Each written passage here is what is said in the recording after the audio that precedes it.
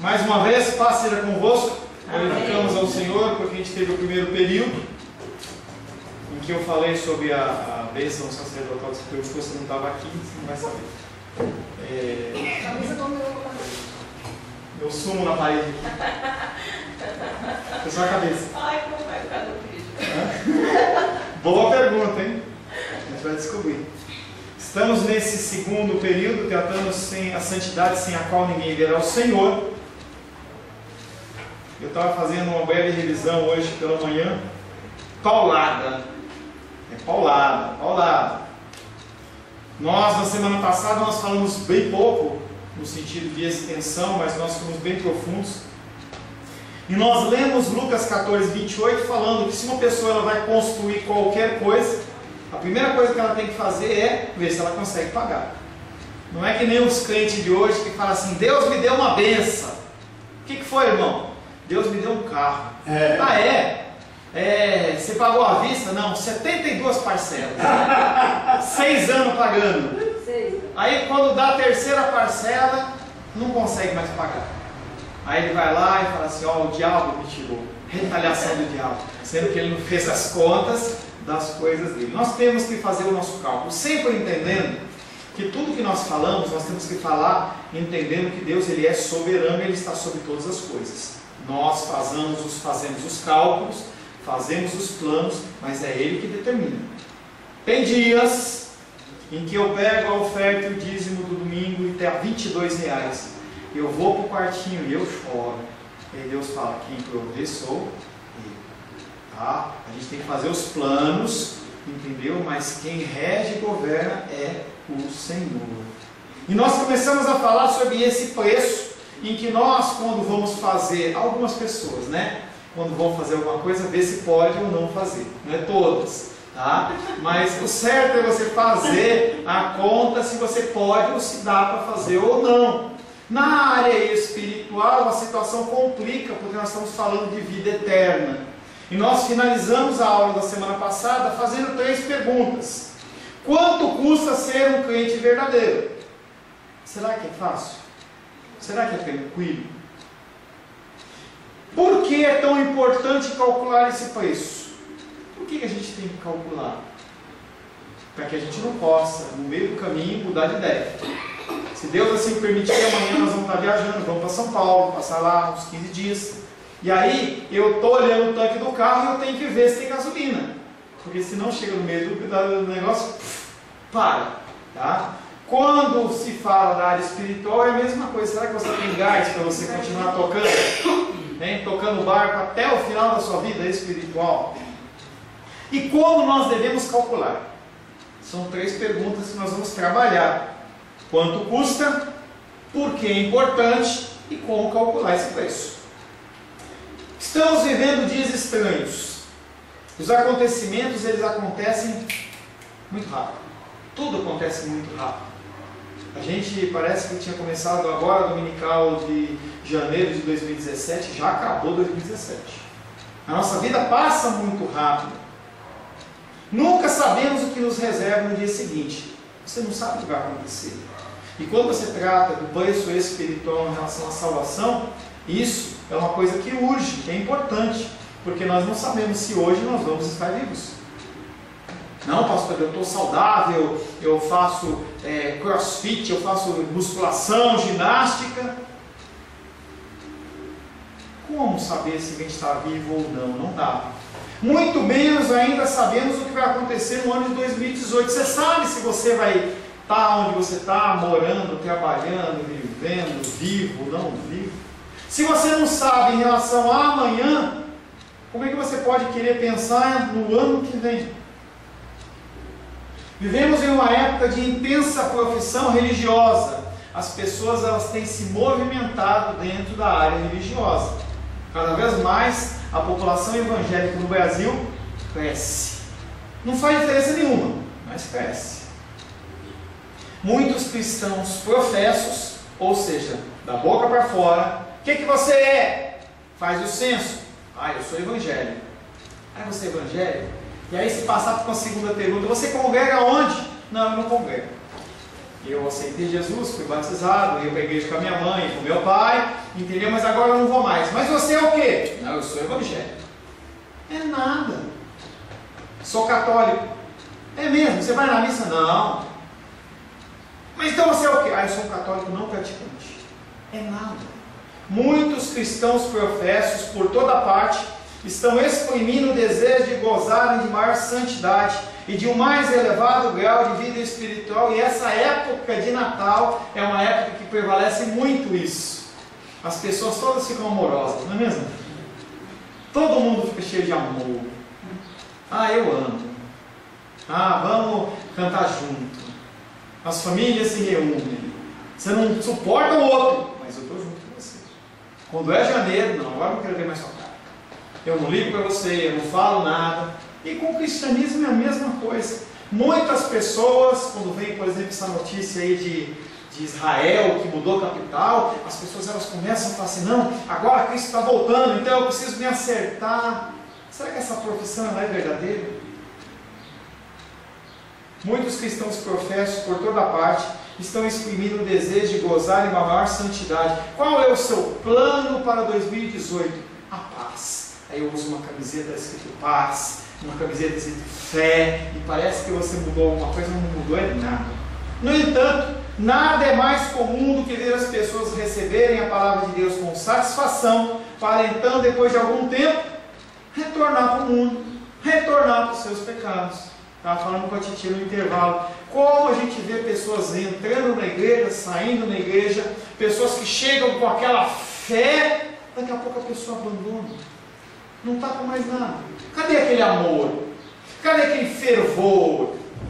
Tem uma pessoa que eu conheço, triste, em que a pessoa era de louvor e tudo mais, hoje toca nos bares, a mesma voz que falava Santo, Santo é o Senhor dos Exércitos, hoje fala versos mundanos. Onde está a fé dessas pessoas? É que eles não consideram o quanto custa alguém ser um crente realmente coerente, ser um cristão santificado. Quando se oferece Cristo como se fosse lá na xepa, na feira, entendeu? Na hora do fim da feira, chega e oferece 1 quilo de maçã, era 10, agora é 5, a banana era 5, agora é 2. A pessoa olha e fala assim, que legal, eu quero esse Jesus para mim. Porque as igrejas falam, vem para a minha igreja, que você vai ser curado. Vem para a minha igreja, que você estava devendo 1 milhão, depois você vai ter 10 apartamentos. Vem para a igreja, você está com doença, você vai ser curado. Vem para a igreja, você que está sozinha, você vai casar. E as pessoas ficam todas contentes e vão para a igreja, entendeu? E quando aquilo que foi prometido não acontece, murcha, esfria.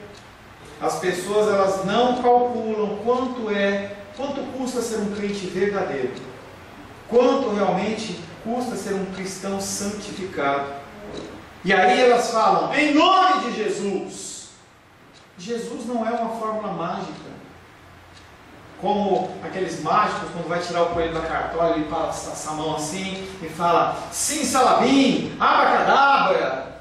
Ou como o Aladim chegava na porta lá e falava assim, como é que era? Ele falava para abrir a porta lá, abre de sésamo. E aí as pessoas falam assim, Jesus! Eu uso esse nome, então as portas se abrem, os demônios fogem. E a gente esquece de passagens como lá de Corinto, acho que é Corinto, que aí ele fala assim, demônio olha e fala assim, eu conheço Jesus, eu conheço Paulo, mas você eu não conheço. Não adianta você só saber pronunciar o nome de Jesus, você tem que conhecê-lo, você tem que conhecer a palavra, você tem que procurar fazer as coisas segundo o propósito de Deus, e isso é um preço. Jesus não é uma fórmula mágica, em que as pessoas invocam, está acontecendo alguma coisa, a pessoa, ai Deus me livre. Não, eu invoquei a figura de Deus. Não existe isso.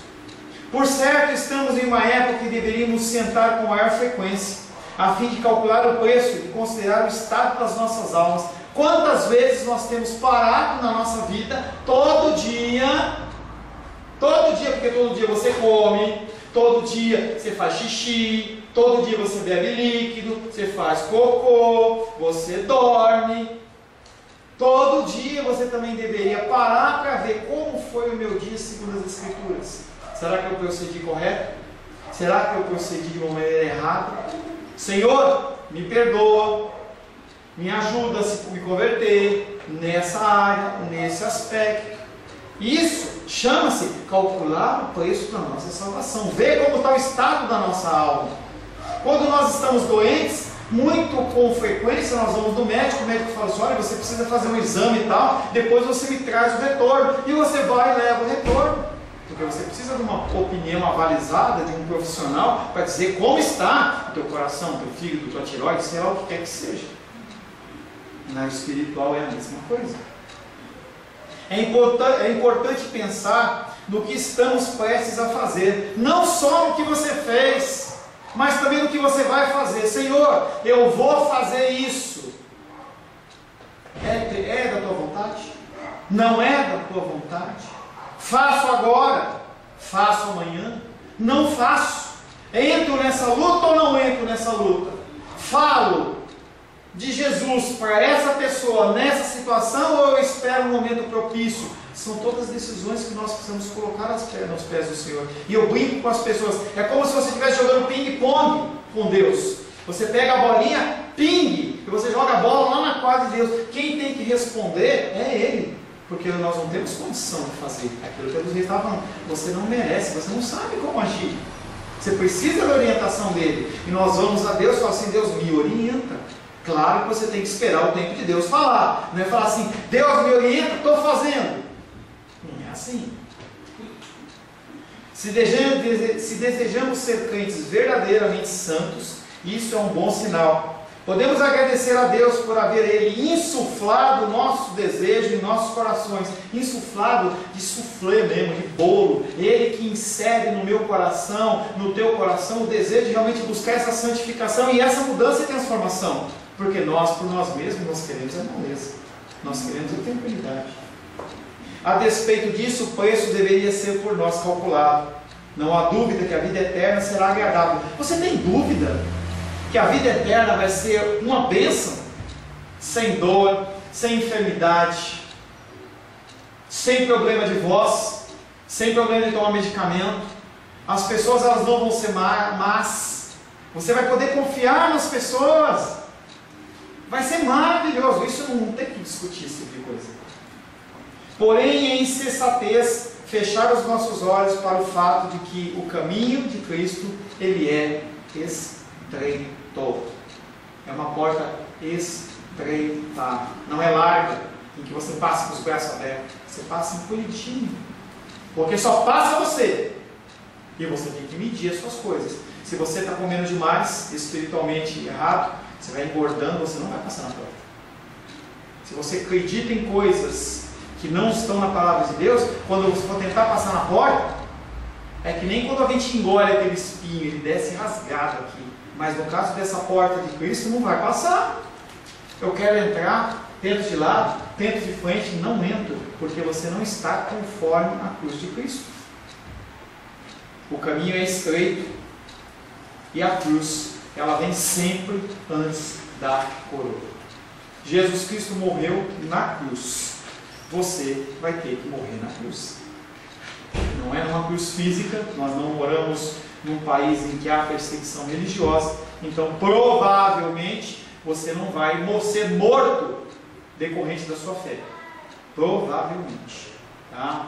Há 99% de chance que você não vá morrer com sua fé. Mas se você mudar para o Irã, se você mudar lá para a Arábia Saudita, se você professar o cristianismo, você morre. Vamos falar agora do custo. Vamos começar a falar do custo de ser um cristão verdadeiro. A custo. Não estamos examinando quanto custa salvar uma alma ou uma vida. Não é isso que nós estamos falando. Porque uma alma vale mais do que o mundo. E para que as almas fossem salvas, morreu o nosso Redentor. Sei muito bem que isso custa nada menos que o sangue do próprio Filho de Deus, que proveu expiação e remiu homens da condenação do inferno. 1 Coríntios 6,20. Sebastião?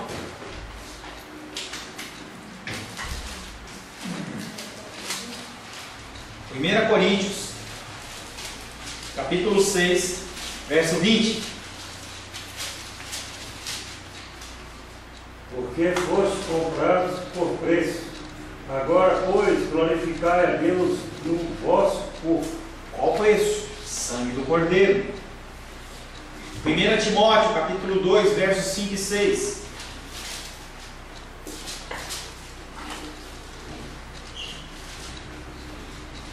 Timóteo, capítulo 2, versos 5 e 6. Rosângela, por gentileza. Não vos recordais. Não. Ah, desculpa. 1 Timóteo, capítulo 2. Porquanto há um só Deus e um só mediador entre Deus e os homens, Cristo Jesus, homem, o qual a si mesmo se deu em resgate por todos, testemunho que se deve prestar em tempos oportunos. Então estou falando mais uma vez sobre o preço, que é o sangue do Cordeiro. Não falo sobre o preço da alma cristã, mas nós falamos sobre o homem deve estar pronto a abandonar o que o homem tem que abandonar se ele quiser ser salvo. Qual é a nossa parte? Qual é a nossa parte? Nós temos que abandonar coisas. Está em pauta um montante de sacrifício que o homem precisa se submeter se realmente deseja servir a Cristo. Pastor, então quer dizer que eu tenho que ser um cara que cumpre as obrigações para ser salvo? Não! Você já é salvo.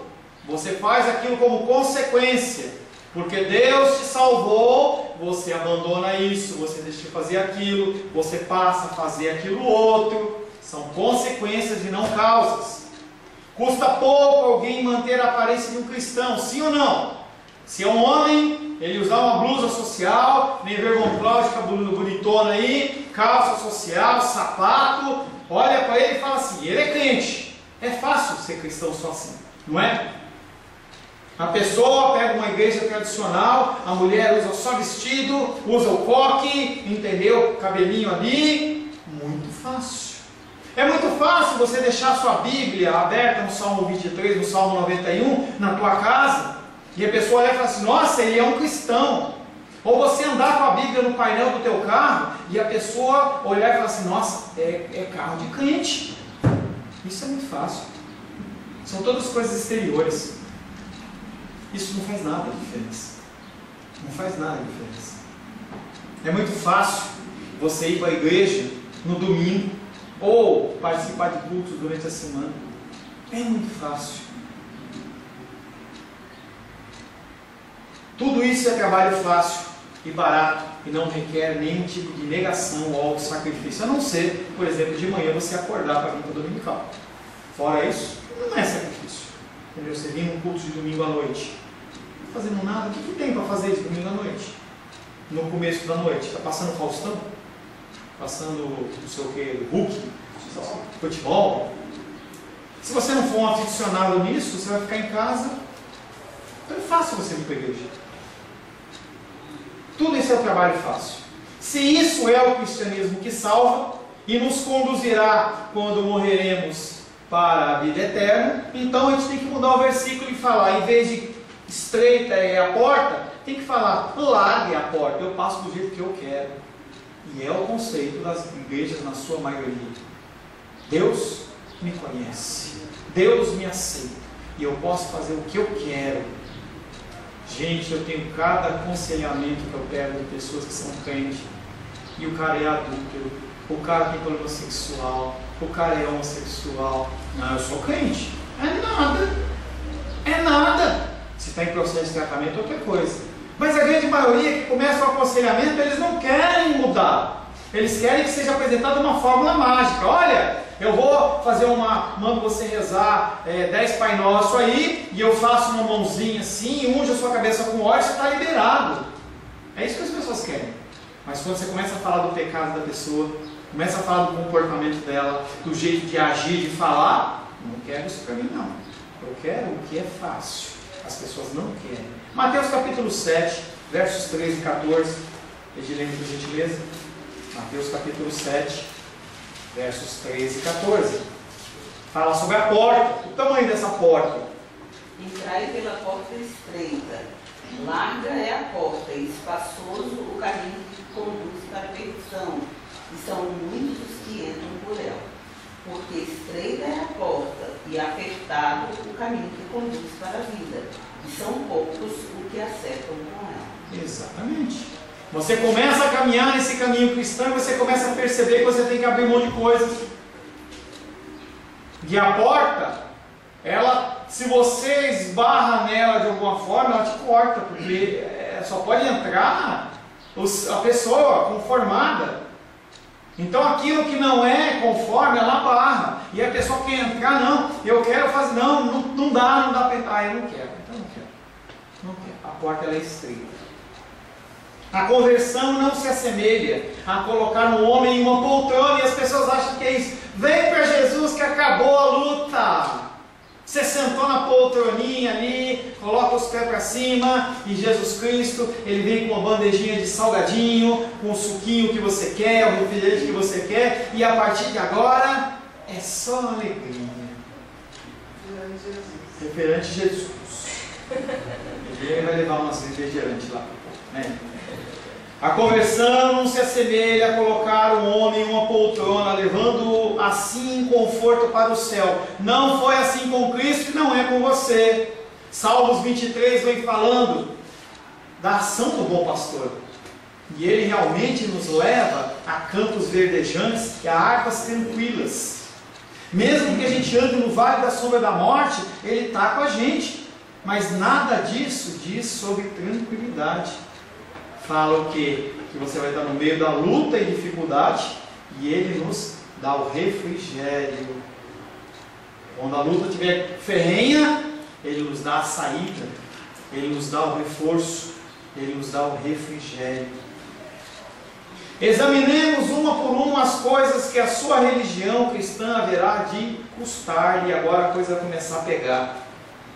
Antes de mais nada, a primeira coisa que você precisa abandonar o seu senso de justiça própria.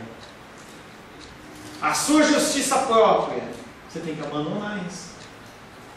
Você vai ter que se satisfazer, nós vamos ter que nos desfazer de todo orgulho, de todo pensamento altivo, de toda presunção a respeito da minha bondade.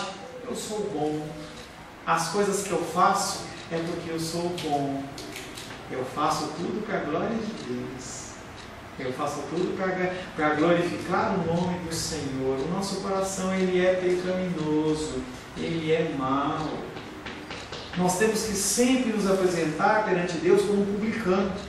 Não como, ó Deus, eu jejuo 3 vezes por semana, eu dou o dízimo, eu faço isso, eu faço aquilo. Não, Senhor, sou pecador. Tem misericórdia de mim. Mas você ora 5 horas por dia. Senhor, tem misericórdia de mim, sou pecador. Mas eu entrego o meu próprio corpo para ser queimado, entrego todos os meus bens para os pobres. Senhor, tem misericórdia de mim. Tem misericórdia de mim. Essa justiça própria é algo que nos corrói, porque nós nos comparamos aos outros e aí nós achamos que nós somos bons. Nós somos bons. E a gente estava falando sobre a política, e aí a Adilene mostrou a foto lá, a titia confirmou que é realmente, né? É o sucessor, não sei se você sabe, o sucessor do Tiririca é o genuíno do PT. José Genuíno do PT. Ou seja, então você olha e fala assim, nossa, que discurso maravilhoso que ele fez. Mas ele acabou saindo para colocar um que está com mais processo do que... Antes de mais nada, isso custará nossa justiça própria. Devemos nos contentar em ir para o céu como um pobre pecador salvo exclusivamente pela graça, devendo tudo aos méritos, tudo à retidão de Jesus Cristo. Você não tem mérito nenhum. Eu não tenho mérito nenhum. Nós deveremos nos dispor a desistir de toda confiança na nossa própria moralidade. O meu moral não é nada. O meu respeito não é nada. A minha oração não é nada. O que seria a minha oração e a sua oração se o Espírito Santo não convertesse essa oração pecaminosa com gemidos inexprimíveis para que elas possam chegar até o Pai? Nada. Nossas leituras da Bíblia, a gente vê as pessoas lendo a Bíblia, as que leem, e a pessoa começa a ler com aquele fervor, mas daqui a pouco ela está lendo, às vezes eu me pego nessa situação, eu fico até com vergonha. Olha o tempo, eu tenho que ler rápido, porque eu tenho uma atividade, eu tenho aquilo para fazer. Não, hoje eu não vou ler. Hoje eu não vou ler. Por isso que não teve devocional na sexta. Eu não li. Estava com um monte de coisa para fazer e não li. Mas o segundo está pronto. O segundo está pronto. Eu não li quinta para sexta, mas sexta eu li. Está de folga. Folga de Jesus. Frequência da igreja não te leva para o céu. Participação em ritos e ordenanças não te levam para o céu. Se nós não confiarmos em outra coisa a não ser Jesus Cristo, nós vamos para o inferno. Nós vamos para o inferno. Com toda a nossa religiosidade, com toda a nossa bondade, em que as pessoas olham e falam assim: o irmão Cláudio é um exemplo de cristão. Olha a Jenny, ela vem de tão longe, pega ônibus cedo. Outro dia ela ficou até as 2 horas no ponto. Acabou o dominical 11h30, ela chegou em casa 2 e pouco. Ah, Jenny é uma cristã perfeita. Eu fico imaginando o coração da Jenny, conforme ia passando 10 minutos, 15 minutos, 20, meia hora, 1 hora, e esse ônibus, maldito motorista, e aquela fé, e ela foi esfriando, e aí todo aquele amor no coração foi virando amargura, e aí ela manda mensagem, e a hora que ela chega em casa, cheguei, Deus, chorando.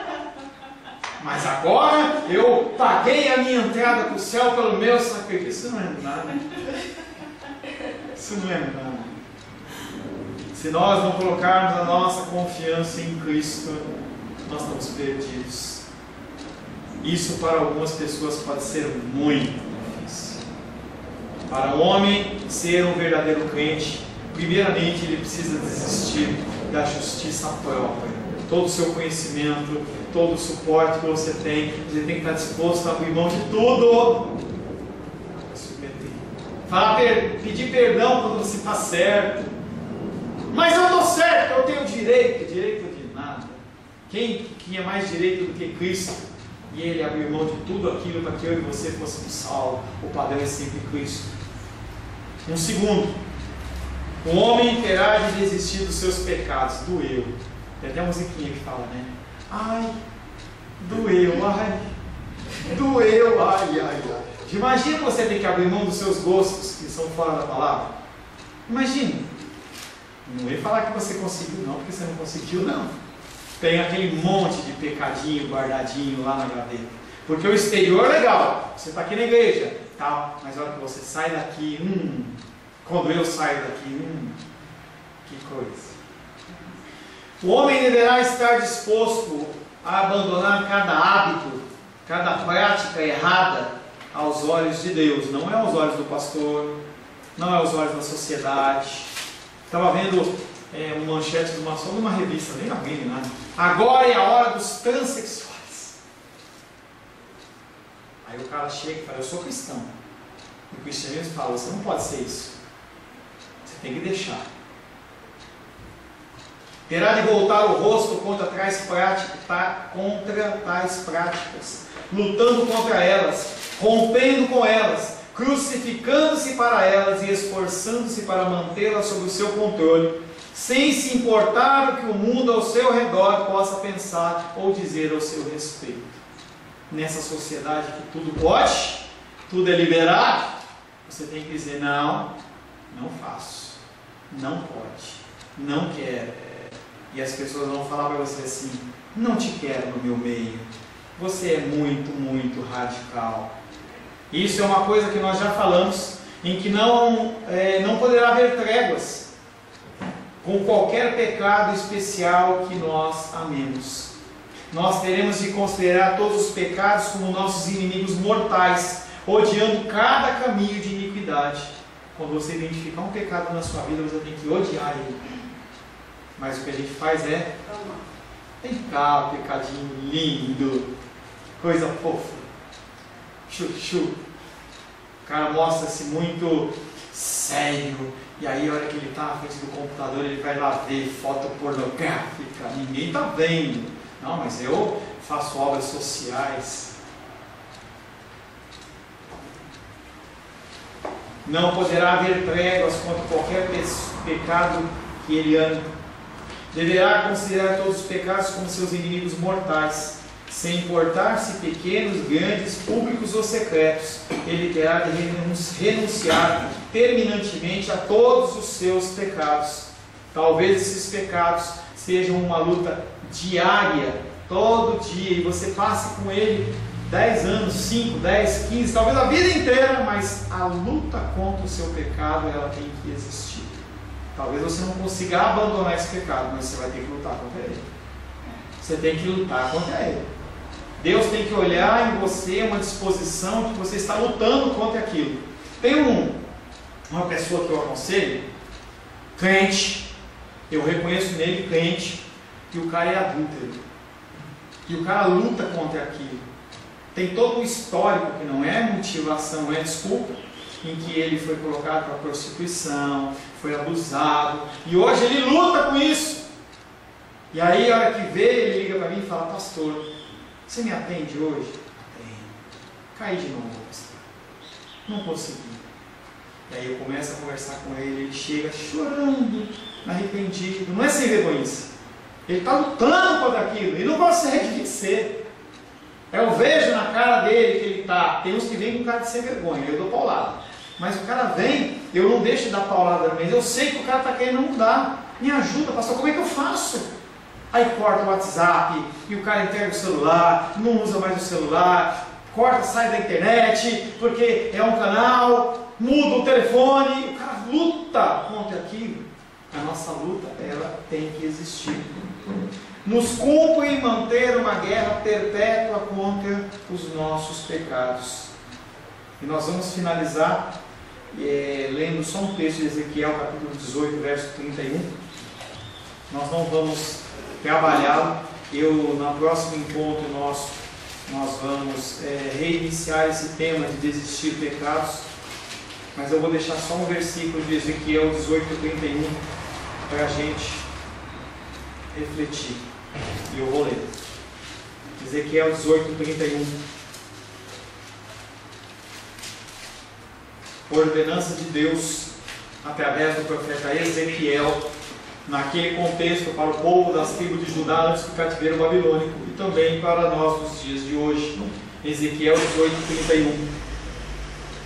Lançai de vós todas as vossas transgressões com que transgredistes, e criai em vós um coração novo e um espírito novo. Pois por que morreríeis, ó casa de Israel? E aí o Senhor fala para a gente: olha o teu falar, olha o teu pensar, olha o teu agir, olha as coisas que você tem se omitido a fazer, ou que você tem feito relaxadamente, e se corrija. Se faça um homem novo. Mas como eu vou fazer isso, pastor? O Espírito Santo de Deus, ele vai nos ajudar. Ele está no meu coração, ele está no seu coração, com esse propósito: nos ajudar no processo de santificação, para que nós possamos ser homens e mulheres novas no Espírito de Deus. Amém? Amém. Feche seus olhos. Senhor, em nome de Jesus, começamos a tratar para que sobre esse tema, sobre o preço a ser pago, e nós podemos ver, Pai, que não é um caminho fácil, não é um caminho tranquilo, nós abandonarmos a nossa justiça própria. Muitas vezes a justiça própria é que nós nos alicerçamos para nós sermos quem nós somos. Mas o Senhor fala que nós temos que lançar fora a nossa justiça própria, que nós temos que abandonar os nossos pecados, e que nós temos que nos apoiar única e exclusivamente na rocha, que é Jesus Cristo. Nos abençoa, Pai, para que nós possamos ser cada vez mais conformados à Tua imagem e semelhança, É o que te pedimos em nome de Jesus. Amém. Glórias a Deus.